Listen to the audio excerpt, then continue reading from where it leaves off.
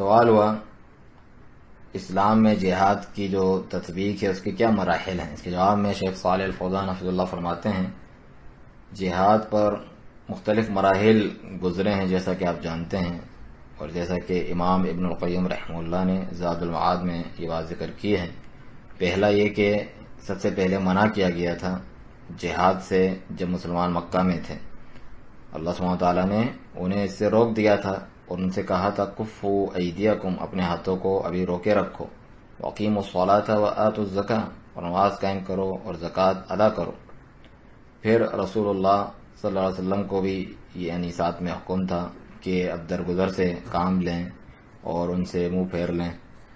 اور رفع دفع کریں، یہ پہلا مرحلہ تھا۔ دوسرا، جب مدینہ نبویہ کی طرف ہجرت کر کے گئے مسلمان تو انہیں قتال کی اجازت دی گئی، اذن یعنی اجازت دی گئی، لیکن حکم نہیں دیا گیا۔ اللہ تعالیٰ کا فرمان اذن للذین یقاتلون بانہم ظلموا وان اللہ علی نصرہم لقدیر، ان لوگوں کو جن سے جنگ کی جاتی ہے، لڑائی کی جاتی ہے، اجازت اب دے دی گئی ہے، اس لیے کہ یقیناً ان پر ظلم کیا گیا اور بے شک اللہ ان کی مدد کرنے پر بلا شبہ پوری طرح قادر ہے۔ تیسرا مرحلہ، حکم دیا گیا مگر صرف ان کے خلاف جو تم سے لڑتے ہیں، جو تم سے قتال کرتے ہیں ان سے قتال کرو، جیسا کہ فرمان باری تعالیٰ ہے وَقَاتِلُوا فِي سَبِيلِ اللَّهِ الَّذِينَ يُقَاتِلُونَكُمْ وَلَا تَعْتَدُوا، اور لڑو ان سے اللہ کی راہ میں کہ جو تم سے لڑتے ہیں اور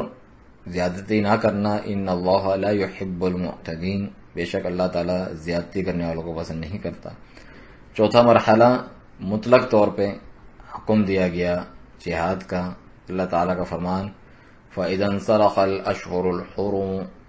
فَاقْتُلُوا الْمُشْرِكِينَ حَيْثُ وَجَدتُّمُوهُمْ وَخُذُوهُمْ وَاحْصُرُوهُمْ وَاقْعُدُوا لَهُمْ كُلَّ مَرْصَدٍ،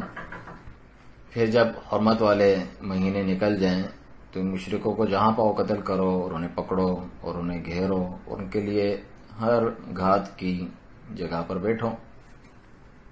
اور یہ ہجرت کے